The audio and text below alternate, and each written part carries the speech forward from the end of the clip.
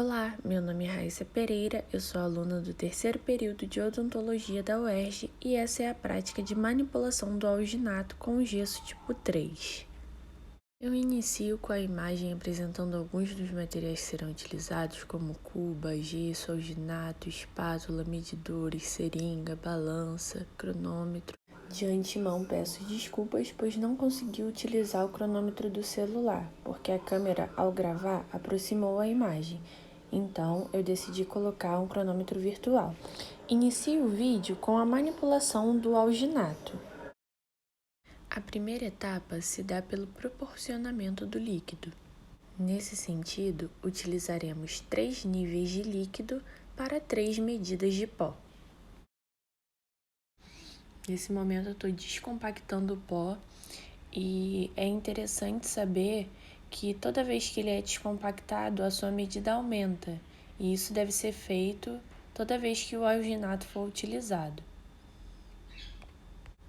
Quando nós vamos medir esse pó com o volume já aumentado, nós devemos pegar esse pó de uma forma como se estivéssemos pegando um sorvete, utilizando assim o movimento de tração, de forma que toda a parte do medidor seja preenchida pelo pó, sem nenhum espaço.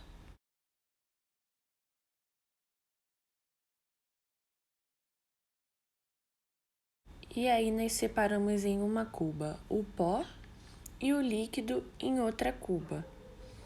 Logo em sequência, nós vamos utilizar a técnica do ele sobre ela, ou seja, o pó sobre o líquido.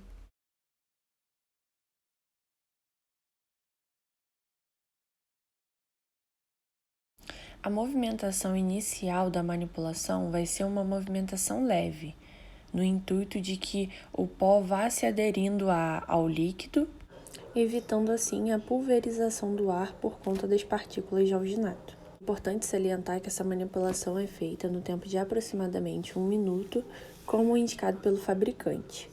E aí nós iniciamos uma espatulação verdadeira sobre a área da espátula contra a área da cuba, fazendo esses movimentos também sobre a parede dessa cuba de borracha. Podemos fazer esse movimento de 8 na área da placa ou também um movimento de achatamento sobre essa cuba. Nesse momento eu aproximo a imagem para que seja perceptível a manipulação desse material.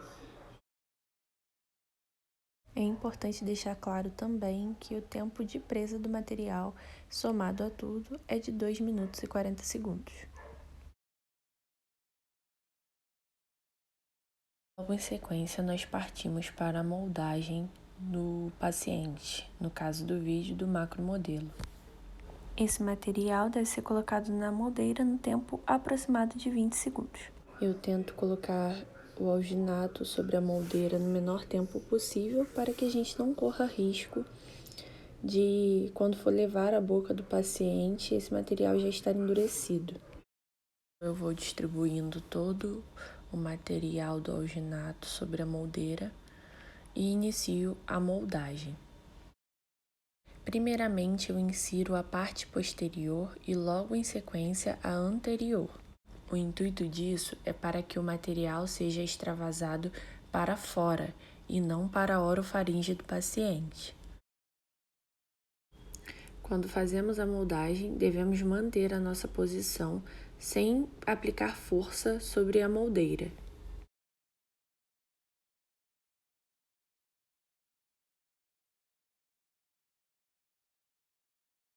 E logo em sequência, eu devo aguardar o tempo de gelificação do material. Nesse caso, eu busco um tempo de aproximadamente 1 minuto e 20 na boca do paciente.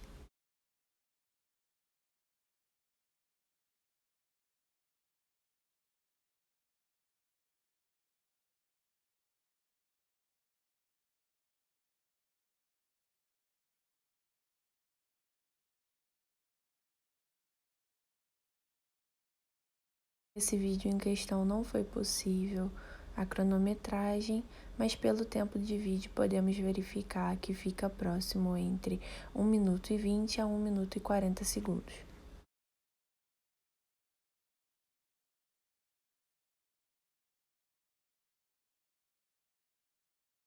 Passado esse tempo, nós vamos remover essa moldeira da boca do paciente.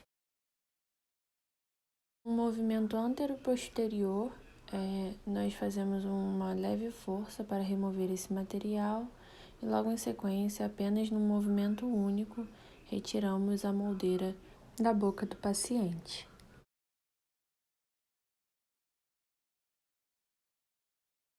Eu inicio com o primeiro processo, que é a lavagem, com o intuito de remover a saliva e resíduos alimentares. Nesse momento, eu parto para fazer o recorte dos excessos desnecessários presentes na moldeira. Peço desculpas, pois o recorte foi feito antes da lavagem, mas no momento não estava com a pia disponível e pelo tempo do material eu preferi inverter as ordens. No laboratório devemos realizar uma secagem com um jato de ar. Como não foi possível, nesse momento nós utilizamos um papel toalha para realizar a secagem do material.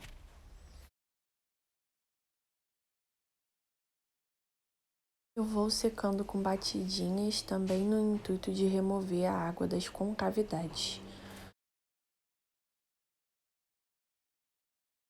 Logo em sequência, nós iniciamos uma desinfecção com o auxílio de um borrifador, que deve conter hipoclorito ou ácido hiperacético.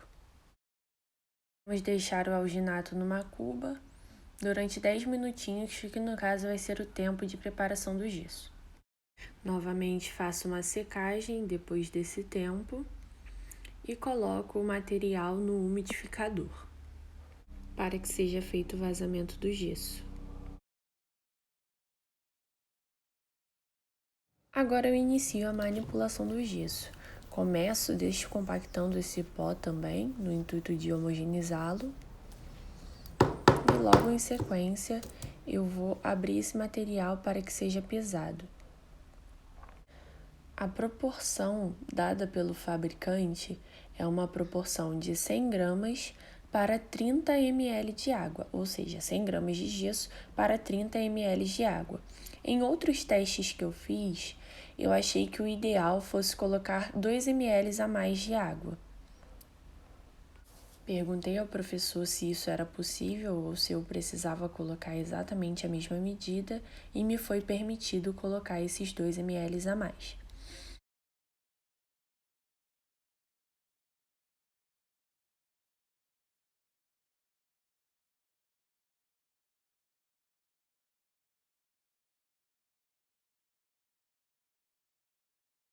E assim eu faço. Após pesar o gesso, eu logo em sequência começo a medir os ml de água, coloco 3 vezes a medida dessa seringa e mais 2 ml para completar.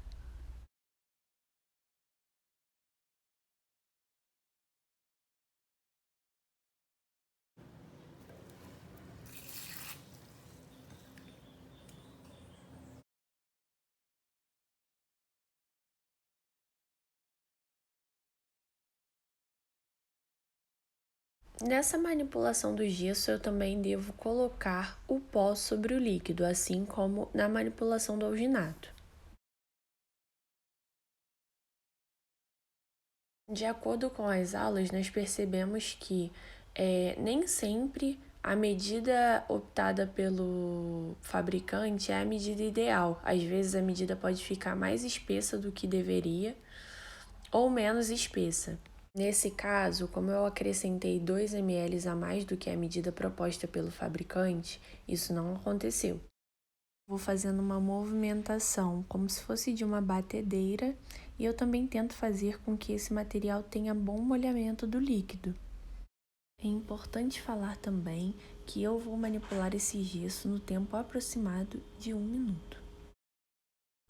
Essa movimentação final do gesso, ela é ideal que seja feita de uma forma bem rigorosa para que a gente não corra o risco de perder a consistência ideal dessa massa.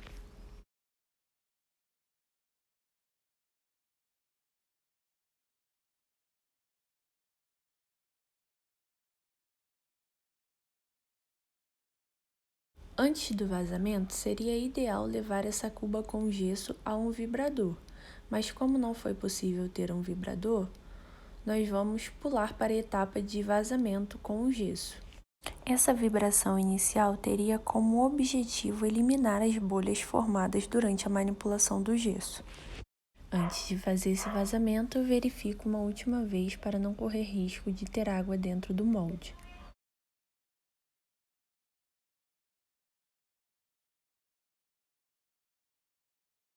Eu aplico o gesso sobre o molde e vou fazendo batidinhas como se eu tivesse com um vibrador. Eu vou fazendo batidinhas sobre a mesa e vou tentando incorporar todo esse material ao molde, no intuito que, ao final, quando ele estiver pronto, ele não obtenha bolhas.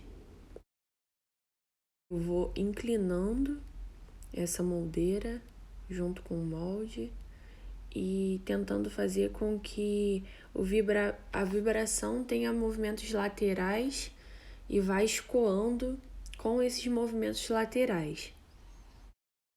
Após escoar todo esse material, eu vou colocando mais gesso na parte superior do modelo, no intuito de formar uma base. Essa base vai conferir resistência ao modelo.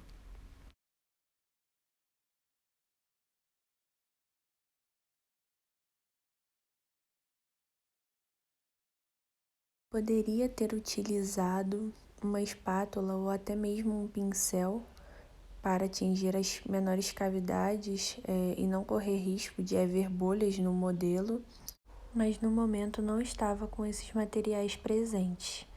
E busquei fazer da melhor forma possível para que o modelo saísse em perfeitas condições.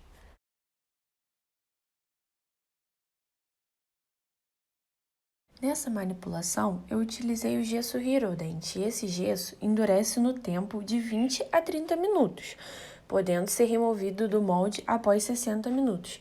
E é isso que eu faço. Durante esse tempo, eu deixo o gesso com o molde dentro do umidificador e logo em sequência eu vou remover esse gesso do molde. Nesse momento eu fiquei um pouco preocupada porque em todas as minhas tentativas isso nunca havia acontecido, mas não interferiu no resultado final. E aí eu tô mostrando o resultado. Esses são os detalhes, né, do nosso modelo. E logo em sequência, algumas fotos dele também.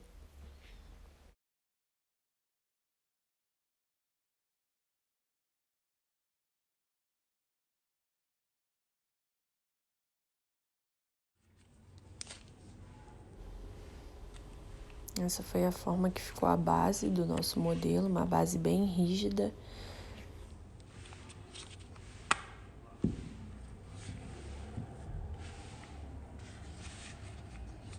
E esses foram outros modelos de testes que eu fiz antes de gravar esse vídeo. Não ficaram com uma base tão forte. Eu fiz mais para teste mesmo, elas ficaram com uma base bem frágil, mas também é perceptível os detalhes. E esse foi o meu vídeo de manipulação do alginato e gesso tipo 3. Obrigada!